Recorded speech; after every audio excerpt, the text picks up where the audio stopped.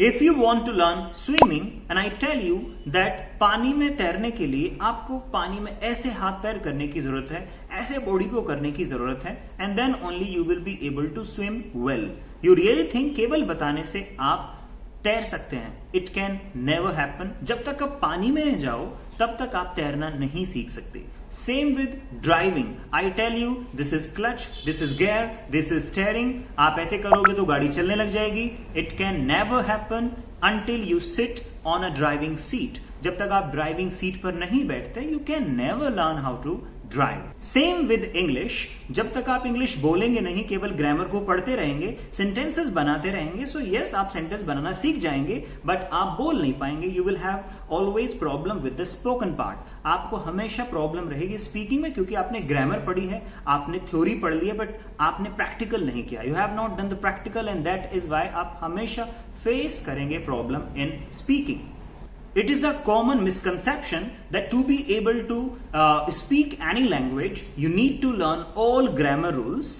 It's not necessary. However, I know that grammar is important. बहुत जरूरी है grammar, अच्छे से चीजों को समझने के लिए, अच्छे से लिखने के लिए grammar is very important. Don't take me wrong कि आई एम सेइंग कि ग्रामर नहीं सीखनी है। ग्रामर इज इंपॉर्टेंट बिकॉज आपको पता चलता है हाउ टू राइट वेल और आपको अच्छी स्ट्रक्चर्स पता चलती हैं। बट आपको अगर स्पोकन पार्ट है, like you have to speak well, you have to speak fluently, so केवल ग्रामर से काम नहीं चलने वाला। कुछ बच्चे, I have seen some students, they keep writing sentences 30, 40, 50 sentences they make every day, और उनको बना बना के देखते हैं। This is not going to happen. There are so many good teachers. They teach grammar. Their grammar is very nice. They teach very well.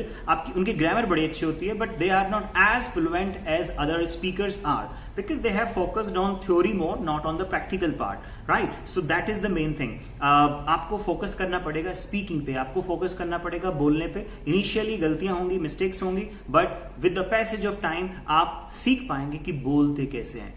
Very common thing you tell me that first what we learn, हमने क्या सीखा पहले? हमने हिंदी व्याकरण पहले सीखी या हमने बोलना पहले सीखा जब छोटे थे? When we were 2-3 years old, क्या सीखा हमने? हिंदी बोलना और व्याकरण।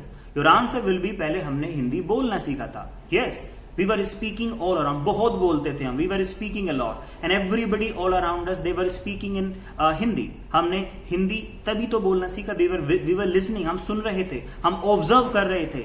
Even our parents, everybody laughed at us. जब हमने थोड़ा गलत बोला, कुछ भी हमने तुतला के बोल दिया और anything we spoke wrong, everybody laughed at us, but did we feel bad about it? क्या हमें बुरा लगा? नहीं लगा। व्हाई?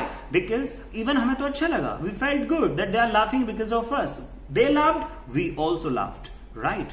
So अगर हमने उस टाइम पे बुरा फील किया होता, then हम शायद हिंदी भी नहीं बोल पा रहे होते, बिकॉज अरे ये तो हम पे हंस रहे हैं। Same with English, people will laugh at you, they will make fun of you, गलतियां होंगी, but you do not have to feel bad. This is the same language like Hindi you spoke, तो आपको बैड फील नहीं करना है। और grammar के साथ साथ I am not saying, let me tell you this very clearly, I am not saying do not learn grammar. Grammar सीखने की जरूरत है, मैं ये बिल्कुल भी नहीं कह रहा हूं। डू इट, ये एकेडमिक्स पार्ट के लिए बहुत जरूरी है, अच्छा लिखने के लिए बहुत जरूरी है, बट कुछ बच्चे केवल ग्रामर पे फोकस करते हैं। दैट्स माई कंसर्न कि बिल्कुल ये नहीं है कि जस्ट लिखते रहो और फोकस बिल्कुल स्पीकिंग में ना करो। अगर आप स्पोकन के हैं, अगर आप हाँ, if you are preparing for government exam, आपको अच्छा लिखना है, you are writing a book, you need to focus a lot on grammar part. तो आपको करना क्या है? करना क्या है? सिंपली मैं तो कहता हूं लॉक योरसेल्फ इन रूम। अपने आप को रूम में लॉक कर लीजिए। Speak that in that room, जितना बोला जा सके गलत सही बोलिए। इनिशियली गलत बोलेंगे, नो प्रॉब्लम, बोलिए, बोल कर देखिए। कभी अपने बारे में बोलिए, speak about your home town, speak about Delhi, speak about Delhi metro,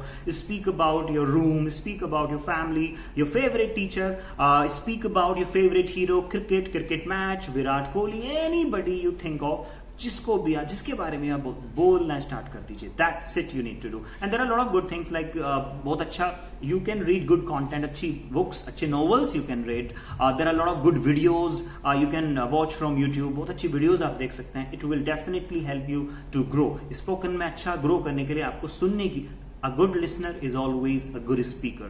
You have to be a good listener to be able to speak well. याद रखिएगा, अच्छा लिसनर बनना पड़ेगा, सुनना पड़ेगा, क्योंकि वो ऑब्जर्व करते हैं। जब सुनते हैं, ग्रैब करते हैं चीजों को, तब ही हम उस चीज को बोलते हैं।